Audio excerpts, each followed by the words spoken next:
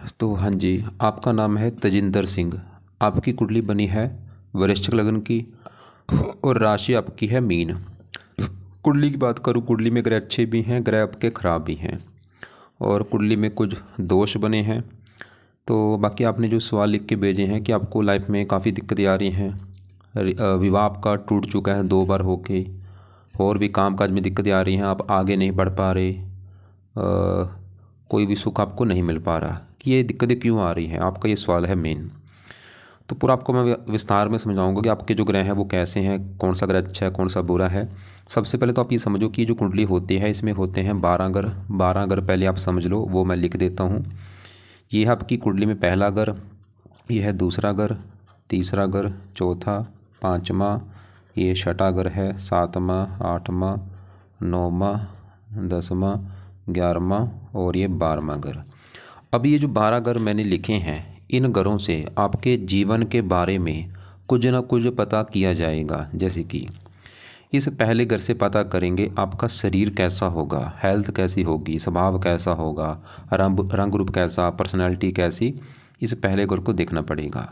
दूसरा घर आपके है धन जोड़ने का, तीसरा घर है छोटे भाई बहनों का, चौथा घर आपकी है माता, मकान, वाहन, पाँचवा घर आपके बच्चों का है, छठा घर शत्रु, रोग, कर्जे का है, सातवां घर आपकी पत्नी का है, आठवें घर से उम्र देखेंगे, नौवें घर से भाग्य, 10वां घर काम काज का है, पिता का भी है, सरकार, मान, प्रतिष्ठा, और 12वें घर से आप 11वें घर से आमदनी, लाभ, और 12वें घर से आपके खर्चे देखे जाएंगे।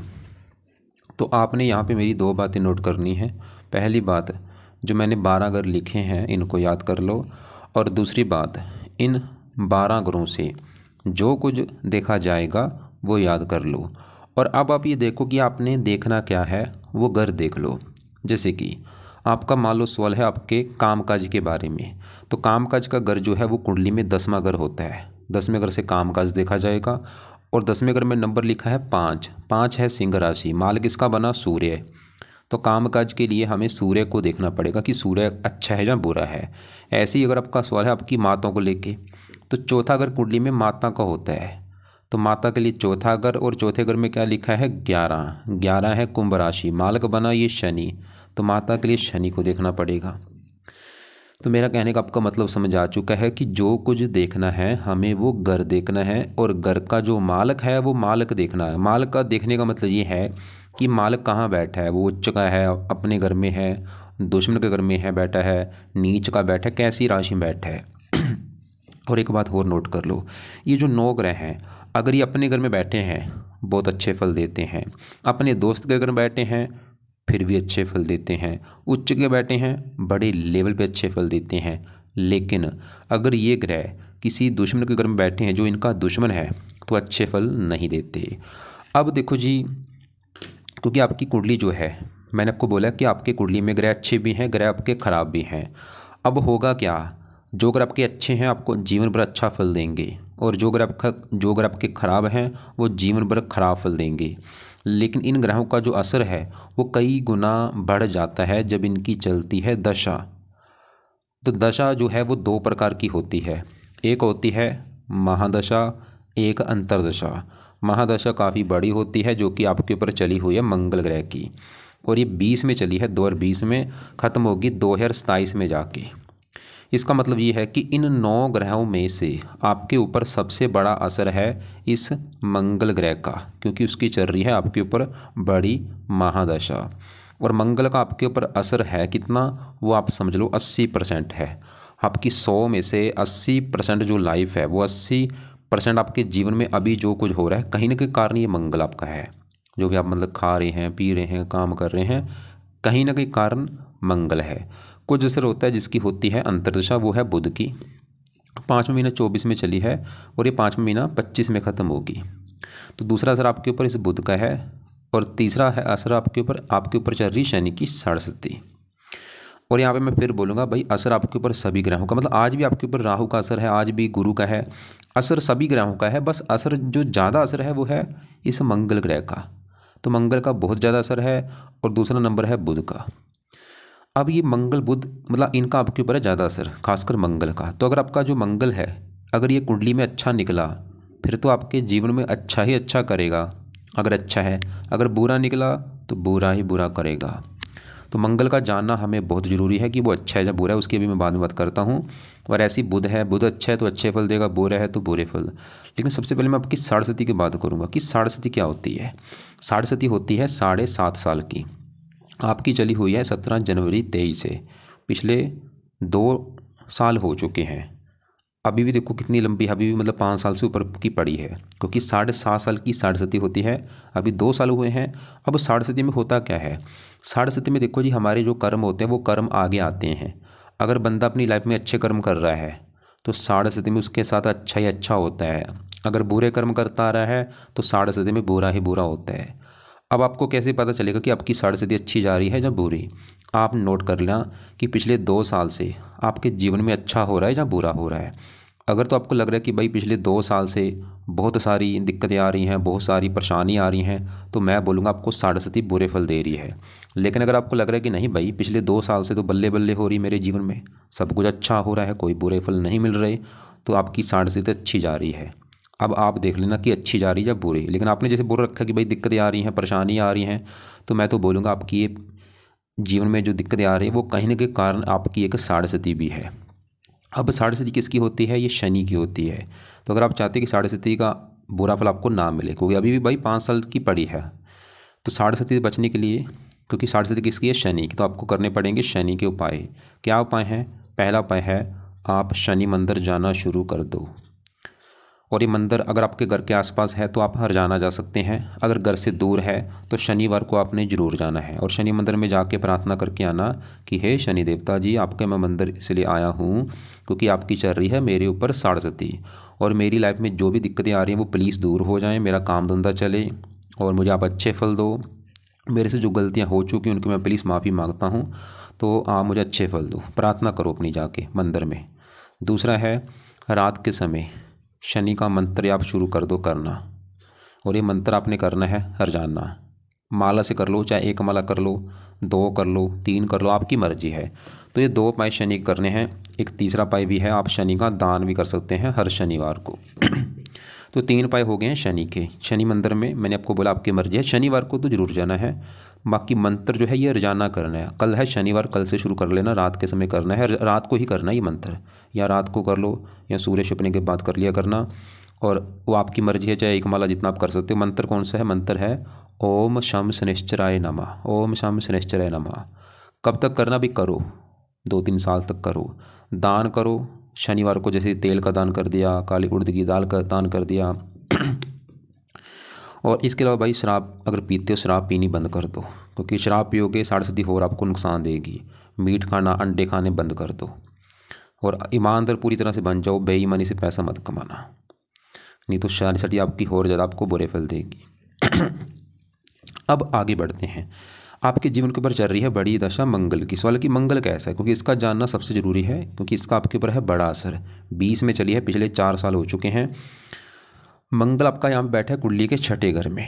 आपको अभी जो मैंने 12 घर लिखे हैं कि ये पहला घर है, ये दूसरा, ऐसे ही 12 घरों में 3 घर अच्छे घर नहीं होते। वो 3 घर कौन से हैं? एक तो 6ठा घर, 8वां और 12वां, क्योंकि इन घरों से खराब चीज़ें देखी जाती हैं। जैसे 6ठे घर की बात करूँ, 6ठा घर है खराब घर, क्योंकि इस घर से देखा जाता है रोग, जो रोग होता है, बीमारी होती है। 6ठा घर कर्जे का है, शत्रु का है, कोर्ट कचहरी का है, चोरी, ठगी, विश्वासघात, विघ्न, बदनामी, ऐसी खराब चीज़ देखते हैं। इसकी वजह से क्या होता है, जब इस घर में कोई ग्रह बैठता है वो अच्छे फल नहीं देता, क्योंकि खराब ग्रह है। कुछ कंडीशनें होती हैं, अगर इसी घर का मालिक इसी घर में बैठा हो तो सरल नामक विपरीत योग बनता है। अब इसी घर में शुक्र बैठा है, शुक्र भी आपका खराब है, क्योंकि एक तो 6ठा घर है, ऊपर से मंगल का घर है, दुश्मन का घर है। शुक्र तो बहुत ज़्यादा खराब फल देगा। अब इसी घर में मंगल की बात करेंगे पहले कि मंगल कैसा है। तो मंगल तो बैठा है 6ठे घर में, खराब घर में। लेकिन अच्छी बात क्या है कि 6ठे घर में जो एक लिखा है ये है मेष राशि, जो कि मंगल का अपना ही घर है। तो मंगल अपने ही घर में बैठने की वजह से यहाँ पे वैसे योग बना है सरल नामक विपरीत राजयोग, और ये एक अच्छी बात है कि अपने घर में बैठा है। लेकिन मंगल इस कुंडली में एक और घर का मालिक, इसके 2 घर हैं मंगल के। एक तो ये जहाँ बैठा है उस घर का मालिक है, और ये मंगल इस घर का भी मालिक है, पहले घर का। अब पहला घर जो है ये सबसे मेन घर भाई होता है कुंडली में, क्योंकि अभी आपको मैंने जो 12 घर बोले हैं कि 7वां घर है पत्नी का, पत्नी के बारे में बताएगा। 5वां घर बच्चों का है, चौथा माता का, तीसरा छोटे भाई बहन। ऐसे पहला घर जो है ये आपके बारे में बताएगा। आप जो हैं, आप क्या हैं, तजिंदर कैसा होगा, तजिंदर का शरीर कैसा होगा, रंग रूप कैसा होगा, पर्सनैलिटी कैसी होगी, सर कैसा होगा, मस्तक कैसा होगा, स्वभाव कैसा होगा, पहला घर देखना पड़ेगा। तो आपके बारे में पहले घर को देखा जाएगा। और पहले घर में, क्योंकि आप फार्मूला क्या समझाया है, घर का मालक देखो, तो पहले घर में क्या लिखा है, 8। 8 है वृश्चिक राशि, मालक कौन बना, मंगल। हमें देखना पड़ेगा मंगल को। और मंगल कहाँ बैठा है, यहाँ पे बैठा है छठे घर में भाई। छठे घर किसका मैंने बोला था, रोग, शत्रु, कर्जा। आप खुद देखो, आपका पहला घर शरीर है, शरीर चला गया छठे घर में। छठा घर किसका, रोग, मंगल आपको रोगी बनाएगा। शरीर चला गया छठा घर शत्रु, शत्रु बनाएगा। शरीर चला गया छठे घर में कर्जे घर में, मंगल आपको कर्जदार बना देगा। छठा घर कोर्ट कचहरी का, कोर्ट कचहरी के चक्कर लगाने पड़ेंगे। और भी मंगल शुक्र साथ बैठा, ये गुप्त रोग भी देता है, गुप्त अंगों से रिलेटेड। छठे घर में बैठ के आपको कोई गुप्त रोग दे सकता है, क्योंकि छठा रोग का है, गुप्त रोग जरूर होगा। मंगल शुक्र आपका वाहन से एक्सीडेंट भी कराएंगे, चोट वगैरह लगने का भी योग है। तो मंगल भाई मतलब गड़बड़ क्या है कि ये घर अच्छा नहीं, ठीक है अपने घर में बैठा है, कुछ अच्छे फल देगा, ऐसा नहीं मैं बोलूँगा बिल्कुल बुरा है, लेकिन जो बुरे फल फिर भी आपको देगा। छठा रोग है, रोग की तो बनाएगा, शत्रु बढ़ाएगा, कर्जदार भी बना देगा, कोर्ट के जरिए चक्कर लगाने पड़ेंगे। और लेकिन ये जन्मभूमि से आपको दूर भी लेके जा सकता है, वहाँ पे कुछ आपको फ़ायदा हो सकता है। अगर आप मतलब घर से दूर जाएंगे, जो आपकी जन्मभूमि है, जो आपने लिख रखा है लुधियाना, कोशिश करो लुधियाने से दूर जाने की, जितना आप उससे दूर जाएंगे आपको भाई फ़ायदा होगा। लेकिन अब मेन सवाल है कि इस मंगल को सही कैसे किया जाए, क्योंकि मंगल सही होगा तभी आप बीमारियों से बचेंगे, दुश्मनों से बचेंगे, कर्जे से बचेंगे, कोर्ट के जरिए चक्कर नहीं लगाने पड़ेंगे, एक्सीडेंट कोई नहीं होगा, गुप्त रोगों से बचेंगे। ये लगन दोष भी होता है, लाइफ में स्ट्रगल भी कराता है, दिक्कतें परेशानियाँ, इन दृष्टियाँ भी हैं। चौथी दृष्टि पड़ेगी 9वें घर के ऊपर, यहाँ पे नीच राशि 9वां घर भाग्य की हानि कर रही है, बाहर खर्चे बढ़ा रहा है। तो मंगल का सही होना बहुत ज़रूरी है, मतलब मंगल के आपके उपाय ज़रूरी हैं।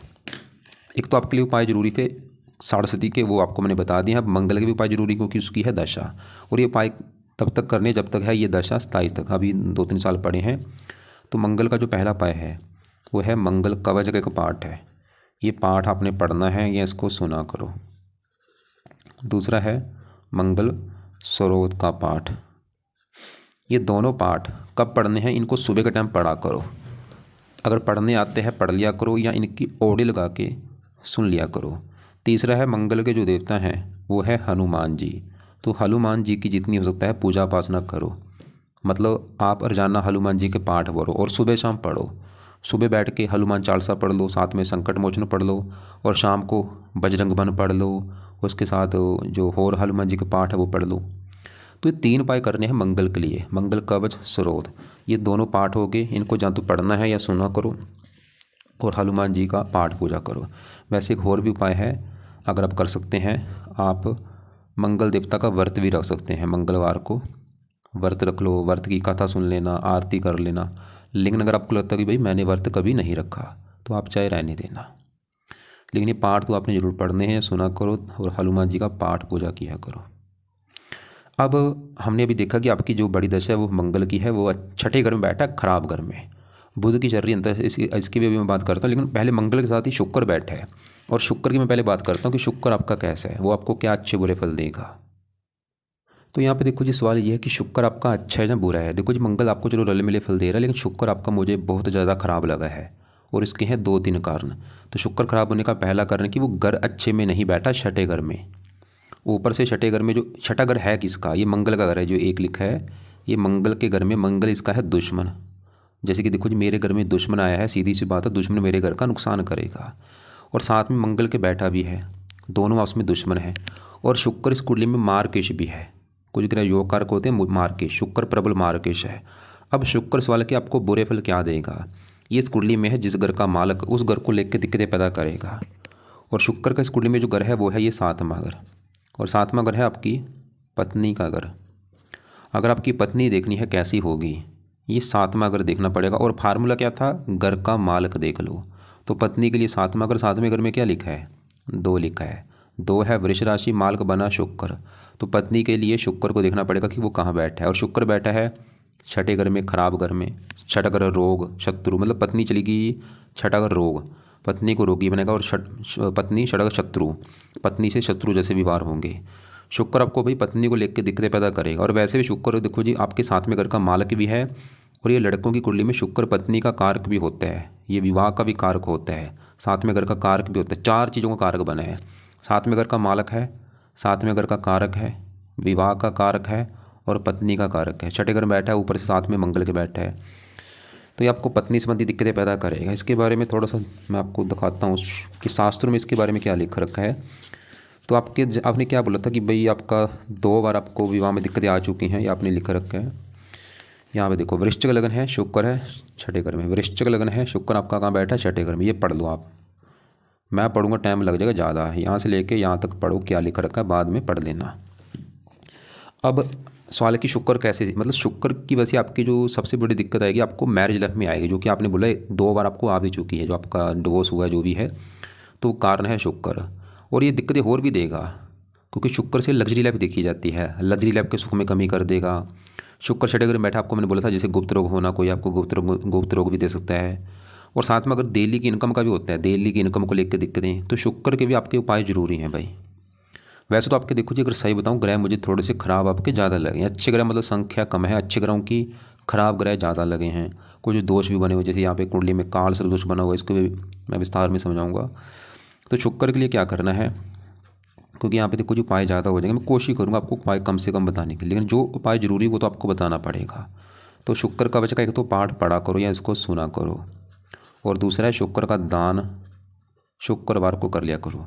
तो कवच का जो पाठ है रोजाना पढ़ना है, जब भी आपका टाइम लगे जरूर पढ़ो, टाइम निकाल के, या सुन लिया करो इसको और दान किया करो। अब आपका सबसे, क्योंकि जो देखो मान लो हमने जब कुंडली देखते हैं, कुंडली में क्या देखा जाता है कि कौन से ग्रह अच्छे हैं, कौन से ग्रह खराब हैं, कौन से योग हैं, कौन से दोष हैं। और एक देखो जी कुंडली में सबसे बड़ा दोष जब बनता है, दोष भी कई प्रकार के होते हैं, मान लो 100 दोष हैं, मेरे सामने 100 दोष हैं, 100 दोष में से सबसे बड़ा जो दोष है वो है काल सर्प दोष। जब ये कुंडली में बन गया भाई, पूरी कुंडली का सत्यानाश हो जाता है। और ये कुंडली आपकी में बना हुआ है, कैसे बना है, ये बनता है राहु केतु की वजह से। मतलब राहु केतु जब सभी ग्रह एक साइड में हो जाते हैं तो काल सर्प दोष बनता है। यहाँ पे केतु है, यहाँ पे राहु है, उधर वाला देखो हिस्सा खाली पड़ा है। राहु केतु के सभी ग्रह हैं इस साइड में, तो राहु 12वां घर खाली है, पहला घर खाली है, दूसरा तीसरा चौथा घर खाली है, 5वें घर में केतु बैठा है। तो राहु केतु ने कुंडली में बना के बैठे हैं काल सर्प दोष। अब सवाल है कि इस काल सर्प दोष का नुकसान क्या होगा। ये दोष के नुकसान तो वैसे हज़ारों नुकसान हैं।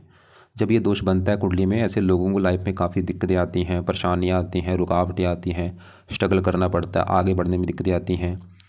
और ये खासकर दोष ज़्यादा एक्टिवेट होता है दशा में, मतलब जब भी आपके ऊपर राहु की भाई दशा चलेगी वो आपका जीवन का बुरा समय होगा। और ये दशा कब चलेगी, ये दशा आपके ऊपर आने वाली है, कब आएगी, 2027 के बाद जब मंगल की दशा खत्म हो जाएगी तो आपके ऊपर राहु की दशा आने वाली है। और ये दशा आपकी चलेगी 18 साल तक। तो आपका मतलब बुरा समय शुरू होने वाला है अभी 27 के बाद। लेकिन आपने अच्छा किया है कुंडली बना ली, क्योंकि अगर आप उपाय करेंगे तो ये राहु बुरे फल नहीं, और ऐसा नहीं कि आज बुरे फल नहीं दे रहा भाई, ये बचपन से बुरे फल दे रहा है आपको। बचपन से बुरे फल मान लो इतने हैं, आज भी बुरे फल इसके अगर देखे जाए इतने हैं, लेकिन दशा में बुरे फल इसके कई गुना बढ़ जाएंगे, वो इतने हो जाएंगे। जो भी बुरे फल इतने हैं थोड़ी देर है, वो बुरे फल बढ़ जाएंगे दशा में। तो सवाल की बुरे फल दे क्या रहा है, लेकिन जैसे मैंने अभी आपको बोला कि बुरे फल कई प्रकार के हैं, मतलब आपको दिक्कतें परेशानियाँ रुकावट ये तो देगा ही। खासकर ये ज़्यादा बुरे फल देगा जहाँ ये बैठा है 11वें घर में। 11वां घर होता है कुंडली में आमदनी का घर, आमदनी यहाँ से देखी जाती है, लाभ देखा जाता है, इच्छा पूर्ति देखी जाती है, बड़े भाई बहन देखे जाते हैं।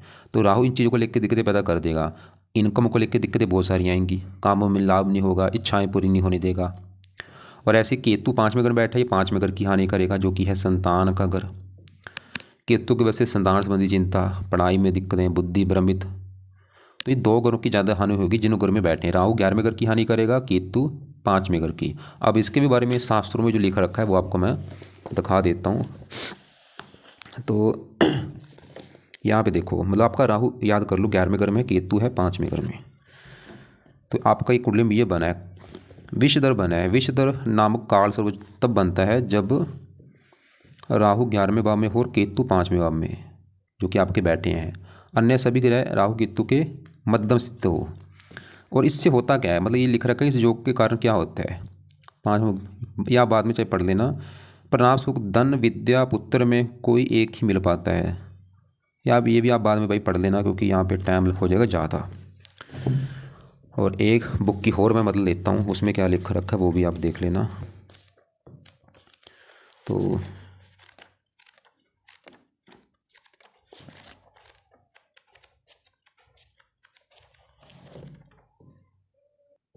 आपका बना है विश्व दर, ये देखो यहाँ से पढ़ लेना है विश्व दर 11वें भाग से लेके ये बाद में आप यहाँ तक पढ़ लेना क्या लिख रखा है। सभी चीज़ें वैसे ये जो चीज़ें इसमें लिख रखी जो आपको मैं दिखा रहा हूँ सभी चीज़ें लागू नहीं होती, लेकिन कुछ चीज़ें आपके साथ लागू जरूर होंगी। मतलब आप बस यहाँ पे मेन सवाल है कि इस दोष को सही कैसे किया जाए, सीधी सी बात ये है। और आपको मैं थोड़ा सा बता देता हूँ वैसे इसका नुकसान क्या होगा। राहु 11वें घर की हानि करेगा भाई, इनकम को लेकर दिक्कतें लगी रहेंगी, आपके काम काज में आपको प्रॉफिट नहीं होगा, लाभ नहीं होने देगा, इच्छाएं पूरी नहीं होने देगा। अगर कोई बड़ा भाई बहन होगा उसको लेकर दिक्कतें आती हैं। और राहु की दृष्टियाँ भी हैं, 5वीं यहाँ पर पड़ेगी, तीसरे घर के ऊपर, 7वीं बच्चों के ऊपर, 9वीं पत्नी घर के ऊपर, पत्नी संबंधी दिक्कतें। ऐसे केतु संतान घर में बैठा, संतान संबंधी चिंता होती है, पढ़ाई में दिक्कतें, बुद्धि भ्रमित, इसकी दृष्टियाँ हैं। तो अब सवाल है कि दोनों ग्रहों को सही कैसे किया जाए, तो इनको आपको करने पड़ेंगे उपाय। तो वो उपाय यहाँ पे मैं लिख देता हूँ। है तो इनके उपाय काफ़ी हैं, लेकिन क्योंकि सभी ग्रहों के उपाय भी आपके ज़रूरी हैं। तो राहु के पहले राहु की मैं बात करूँ तो राहु कवच का पाठ आपने पढ़ना है या सुनना है, ये तो है कंपलसरी। और ये रात को पढ़ा करो या इसको सुना करो। और केतु कवच का भी पाठ आपने पढ़ना है या सुनना है। 2-2 मिनट के पाठ है, 4 मिनट का काम आपका है। तो दोनों पाठ रात को पढ़ने हैं या सुना करो। और ऐसे ही आपने करना है राहु का दान। पहला देखो राहु कवच का पाठ रात को पढ़ना है, केतु कवच ये तो हो गए इनके पाठ। अब राहु का एक दान है, दान क्या करता है, पावर कम कर देगा। तो राहु का दान है क्या, आपको मैं वीडियो अलग से भेज दूंगा, उसको आप देख लेना।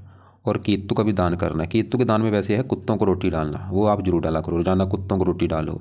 और राहु के दान में होता है, राहु का दान वैसे आपको थोड़ा सा मैं बता देता हूँ, सतनाजा होता है, 7 प्रकार के अनाज होते हैं, ये पंछियों को डाला करो आप। ये वीडियो आपको भेज दूंगा कैसे बनाना है, किसको दान करना है, वो आप देख लेना। बाकी राहु की जो अभी राहु के आपको और भी अपने उपाय करने हैं, वो आपको मैं आप लिख लो। लेकिन ये खासकर ऐसे करना, दशा जब इसकी चलेगी 27 के बाद उस समय शुरू कर लेना। तो लिखो क्या क्या उपाय है। राहु जो है वो शिव जी का भक्त है, तो अगर आप शिव जी की पूजा उपासना करते हैं राहु आपको कष्ट नहीं देगा। राहु दुर्गा चालीसा का पाठ पढ़ने से अच्छा होता है, तो दुर्गा चालीसा आपने पढ़ना है, लिख लो अपने पास। हनुमान जी का जो बंदा पाठ पूजा करता है उसको राहु कष्ट नहीं देता, तो सुबह शाम हनुमान जी के पाठ पढ़ो। वो आपको मैंने वैसे भी मंगल के लिए बोले हैं कि हनुमान जी का पाठ मंगल भी अच्छा होगा, ये शनि के लिए भी अच्छा है क्योंकि 7.5 चल रही है, और राहु, मतलब 3 ग्रह आपके अच्छे हो जाएंगे अगर आप हनुमान जी के पाठ पूजा करते हैं। तो सुबह शाम भाई सुबह बैठ के हनुमान चालीसा पढ़ लो, साथ में संकट मोचन पढ़ लो, और रात को बजरंग बाण पढ़ लो, ऐसे पाठ पढ़ा करो। बाकी ये जो शिव जी के पाठ मैंने बोले हैं या दुर्गा जी, ये आप चाहे अभी रुक जाओ, बाद में शुरू कर देना राहु की दशा में। लेकिन राहु कवच का पाठ तो मैं बोलूँगा ये तो शुरू कर ही देना, ये शायद कल से शुरू कर दो, शनिवार है या अगले शनिवार से शुरू कर देना। और बाकी दान भी राहु का कल से शुरू कर दो, केतु का दान भी शुरू कर दो। और ये दान की वीडियो भेज भी दूंगा, आपको देख लेना क्या है दान। अब इसी घर में यहाँ पे केतु के साथ देखो चंद्रमा बैठा ही, दोष भी बना है, ग्रहण दोष इसे कहते हैं, चंद्र ग्रहण दोष। ये मानसिक चिंता भी देता है, माता संबंधी दिक्कतें।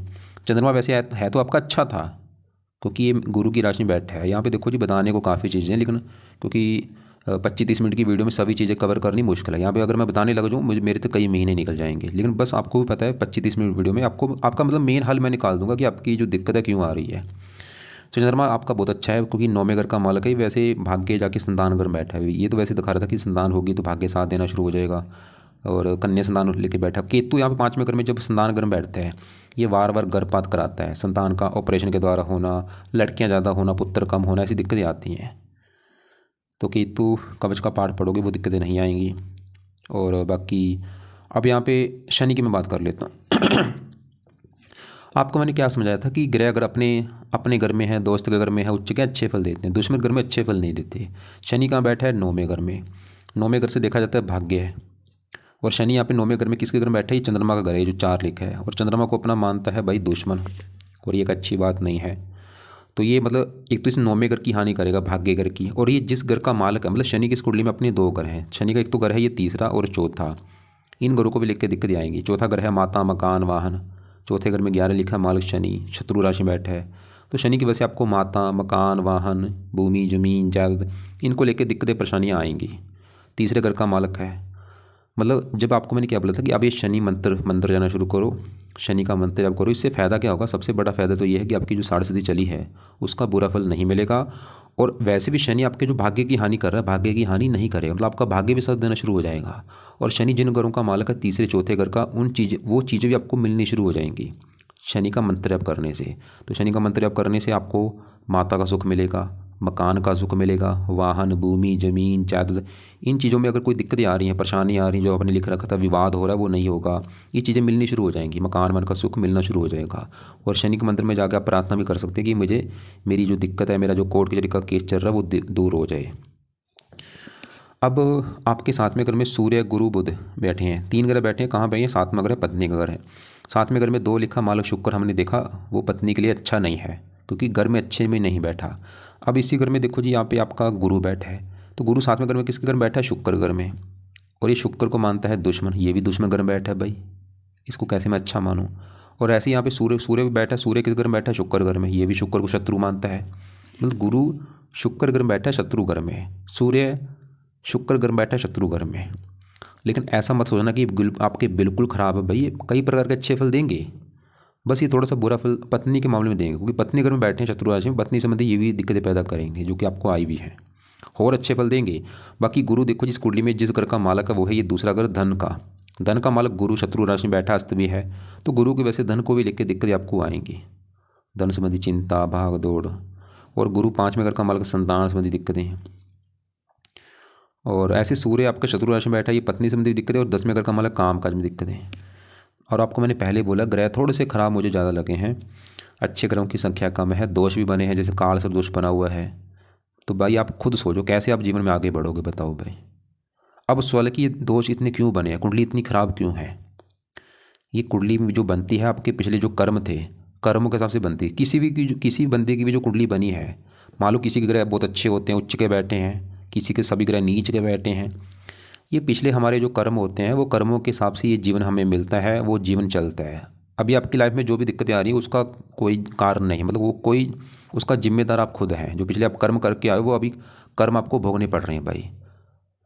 अब सवाल है कि कर्म बुरे से बचा कैसे जाए? तो बुरे कर्मों से बचना है, जितना हो सकता है धार्मिक बनो।